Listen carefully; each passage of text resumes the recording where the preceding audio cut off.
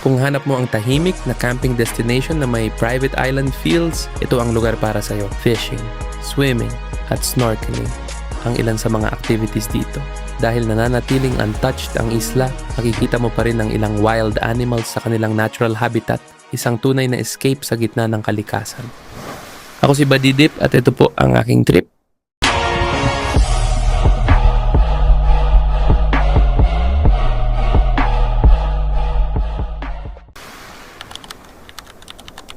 Ito ang Megan's Cove, situated sa mainland of Zambales.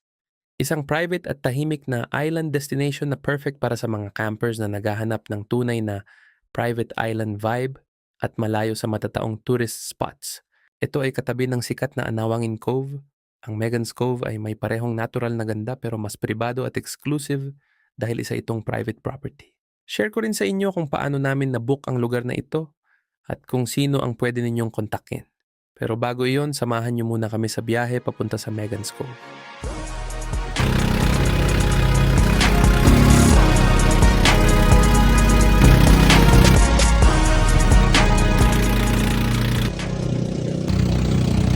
Mula Cubao, sumakay ng bus papuntang San Antonio Public Market sa Zambales. Pagdating doon, mag-tricycle papuntang Pundakit at mula sa Pundakit ay sasakay naman ng bangka nang humigit kumulang 30 minuto para marating ang Megan's Cove. May caretaker sa island na pwede ninyong lapitan kung may kailangan kayong assistance. Wala itong extra charge pero kung gusto ninyo, pwede kayong magbigay ng tip kay kuya bilang pasasalamat. Isa sa mga pinaka nagustuhan ko dito ay yung maayos na concrete na CR na may fresh water. Kaya hindi hassle kahit mag-overnight camping kayo. May kubo rin dito na pwede ninyong tuluyan kung ayaw ninyong mag-tent.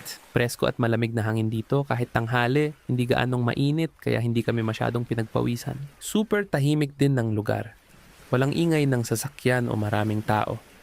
Ang maririnig mo lang ay hampas ng alon, huni ng mga ibon, at tunog ng kalikasan.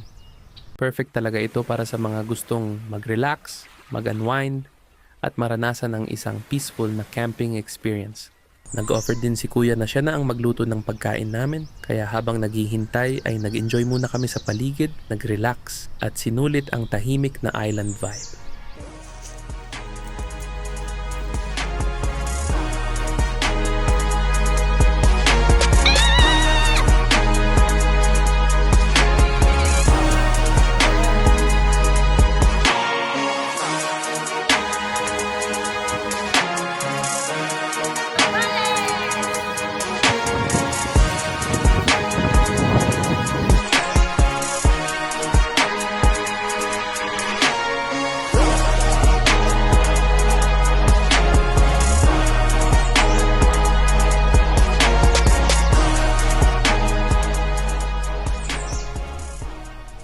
Pagkatapos namin kumain, nag-set up na kami ng tent. Share ko na rin sa inyo kung anong tent at air mattress ang gamit namin dahil sobrang sulit at highly recommended talaga para sa camping. Isa sa pinakasulit naming nabili para sa camping ang Decathlon MH100. Pang matagalan talaga at subok na matibay. Madali itong i-set up, waterproof at freestanding kaya pwede mo pang ilipat kung kinakailangan. Sa presyong 1,790 pesos, sulit na sulit ito para sa camping, beach trips, at iba pang outdoor adventures. Available ito sa Decathlon store. Isa rin sa mga sulit naming nabili ang Moby Garden Sleeping Pad Mattress. Portable, madaling i-inflate at i-pack, at mas komportable kumpara sa mga ordinaryong air mat dahil foam plus air ang design nito.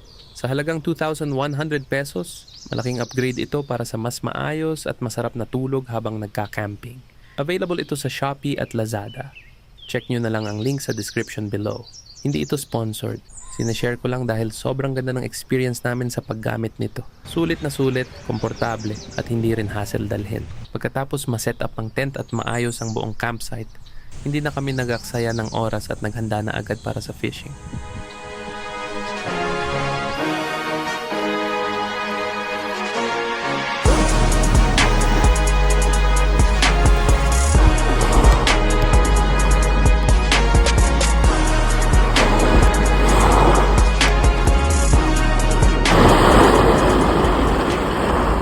Oh, fish on! Fish on!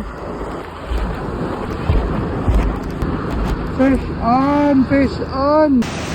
Ang bilis naman! Nice! Fish on! First fish of the day! Fish on! Fish on! Ang bilis! Pangalawang hagis lang yun, di ba? Ang galing naman! Tatanggalin ko. Alis mo. Dumuga. Ay! Bakit Natusukan ka mo kasi pang puso. lumalaban? Huwag matusok. Buksan mo na yung bibig niya. Dito ka, dito, ito. Ayun. No, it's okay. Tanggal. Ganda kasi ng lure. Gagamitin ko yung gunting. Ay! Oh my God! Dugo! Oh yeah! Just... Oh, sorry, Fiji. Siya yun.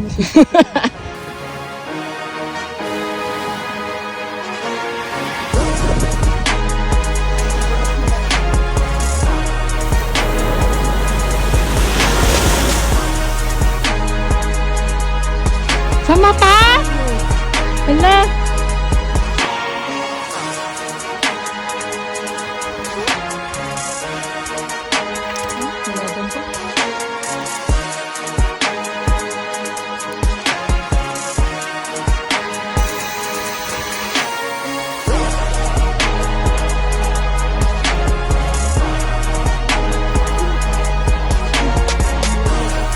Did you hear the sound? Halata pong may pinagdaanan yung isang malaki.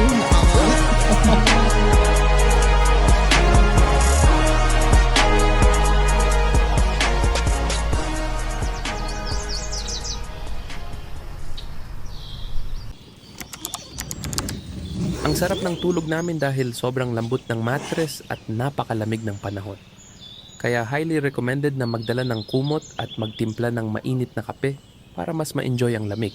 Sobrang sarap ng feeling na mag-camping sa isang isla na halos kayo lang ang tao. Pero paggising namin, may dumating na hindi namin inaasahan. Good. Kailangan namin siyang itaboy palayo para safe. Hindi namin alam kung makamandag ba o hindi. Kaya hindi na kami nag-risk. Mas okay na ang nag-iingat. Safety first. Ayun. Oh my God.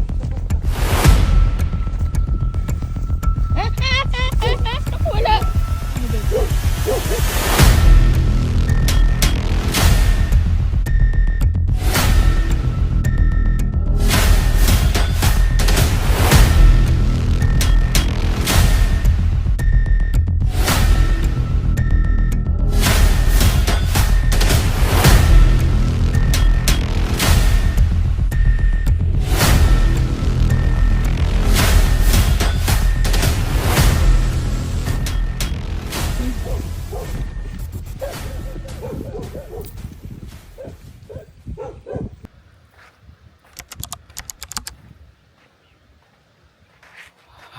Another fishing adventure.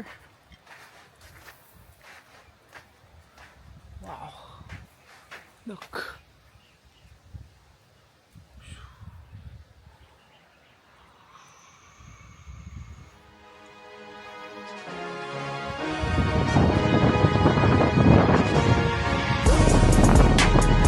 Sa bandang kanan ng Megan's Cove, may rocky area na mukhang perfect spot para sa fishing. Kung bihasa ka sa pangingisda, malaki ang chance na marami kang mahuli. Kami kasi beginners pa lang kaya hindi pa ganun kagaling mag-fishing. Napakalakas ng hangin sa lugar kaya sobrang presko at relaxing ang pakiramdam. Tara, ipakita ko sa inyo ang ganda ng view at kagandahan ng lugar na ito.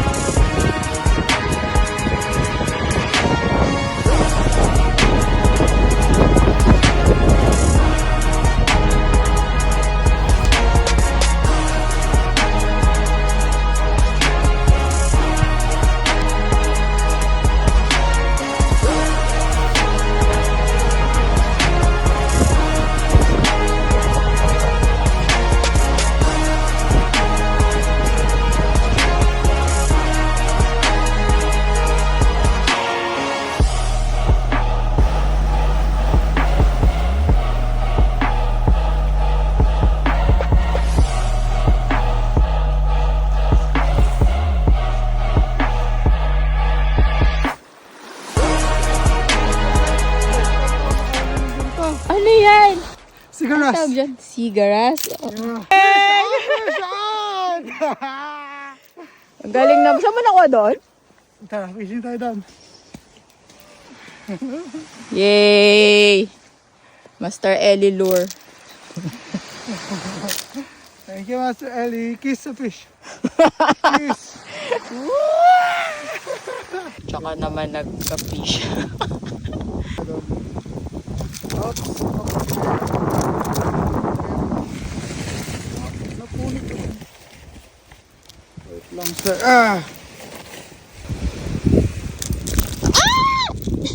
God, tumama sa akin. Yun. Yun, perfect. Okay. Into the basket.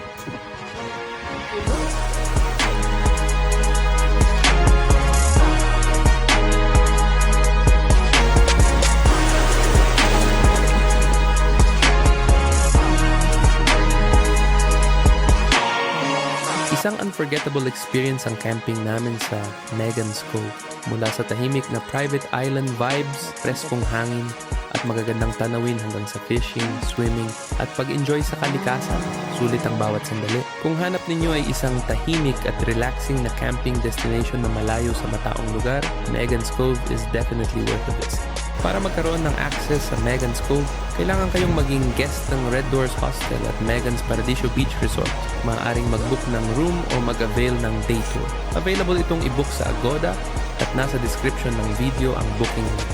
Pwede kayong makipag-coordinate sa bangkero na si Kuya Abel sa number 9.